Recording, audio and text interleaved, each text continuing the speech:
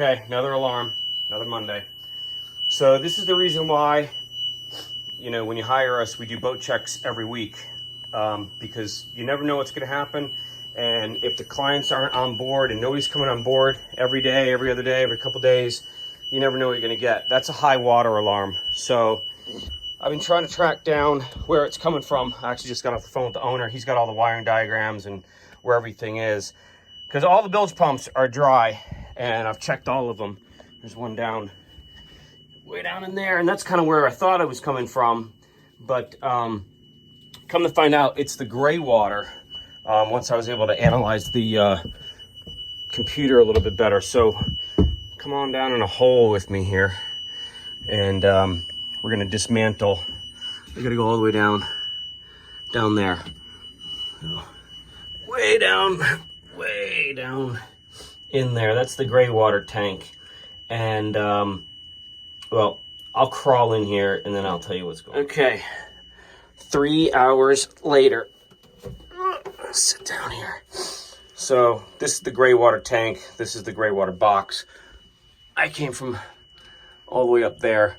So what's happening, I think, is that inside of here, this tank is completely dry. And I could hear the pump running somewhere around here, but I just couldn't find it. So that's the float switch, and you can see that the gray water tank is bone dry. So I think what's going on is that the switch has basically gone bad, and you can see that it's also all the way down. So I think it's gone bad, and so I'm going to disconnect the switch and see if it shuts it off. If it is, then I've got to figure out how I'm going to get in there with this tiny little access panel and rewire a switch. So I'm going to disconnect this box and we'll see if the alarm goes off. All right, good Monday morning, everybody. So Mondays, like I said, I normally go around and, you know, do all the boat checks and stuff like that and figure out what projects we got going for the week, what's broken over the weekend. This is a project that another company's been working on for a while. This is one of the boats we manage. It's a 58-foot Absolute, beautiful boat, Volvo pods on it. For those of you guys that don't know what pods look like, I will stand up here. So let me see. So there's a pod.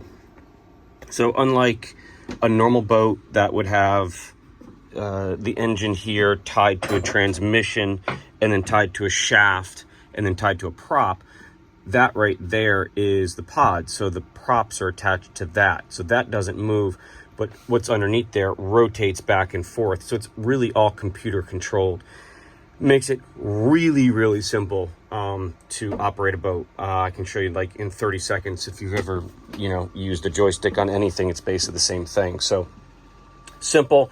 They're nice. Interesting thing on those, the fuel curve is basically exactly the same, regardless whether you're going 800, 1,000, or 3,000 RPM. You're basically burning, like, I think on average it's like 0.6 gallons an hour, or 0.6 to 0.9 or something like that. I've checked a few curves on these things. They're all about the same. So we had this boat's new, like 2 years old, and this hose is completely rotten. I know it's tough to see, but completely destroyed. This is all in metric, and you can't get metric, so we had to replace it with SAE, which is standard. So that blue hose right there, which goes to the exhaust of the generator, we just put that one in, as well as another big 2-inch hose that goes to I think right there, which is the exhaust for one of the main engines, the water discharge.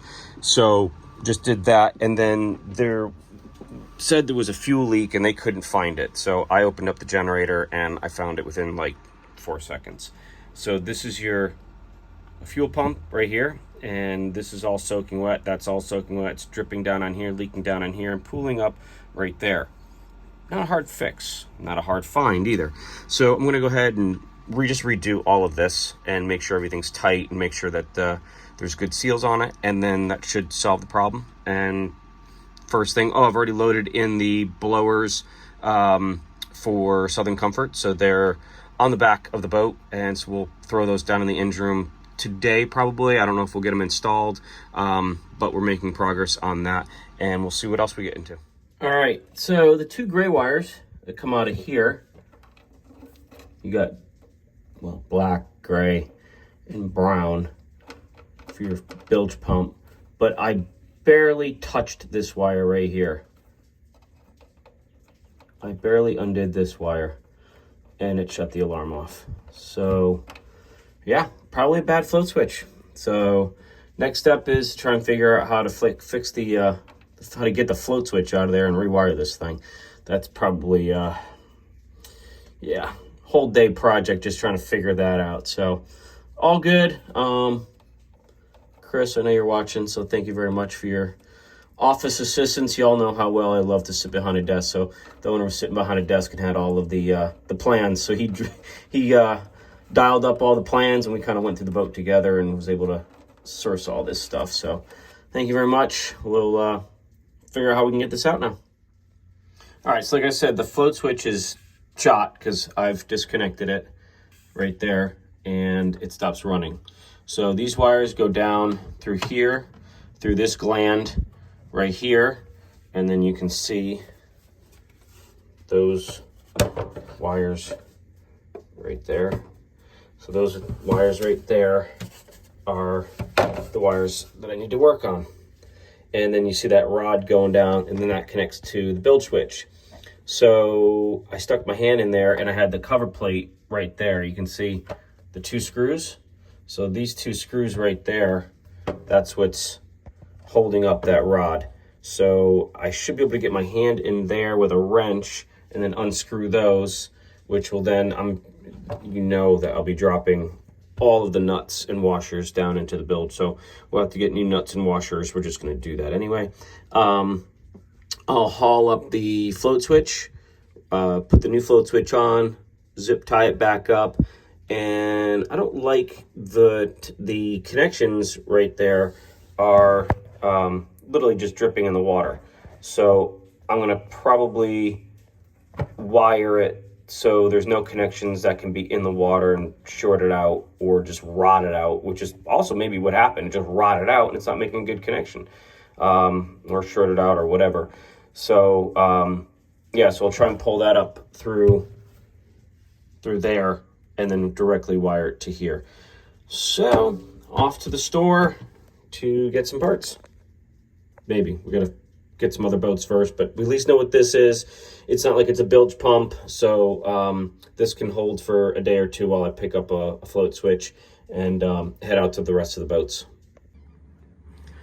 Okay, as usual, I never know what my day is gonna bring. I'm zigging instead of zagging. I got a phone call from another buddy of mine who's a mechanic here in Charleston, and he can't do this job because he's too big. So as usual, I'm the smallest guy in town, so I've gotten called out to do this job. In fact, the manager who manages the boat was also gonna call me because apparently I'm the only one in town short enough and small enough to take care of this job. As you can see, I'm literally up against the wall of the engine, and this is all the room we have. This alternator right here apparently has seized up and has caused some problems.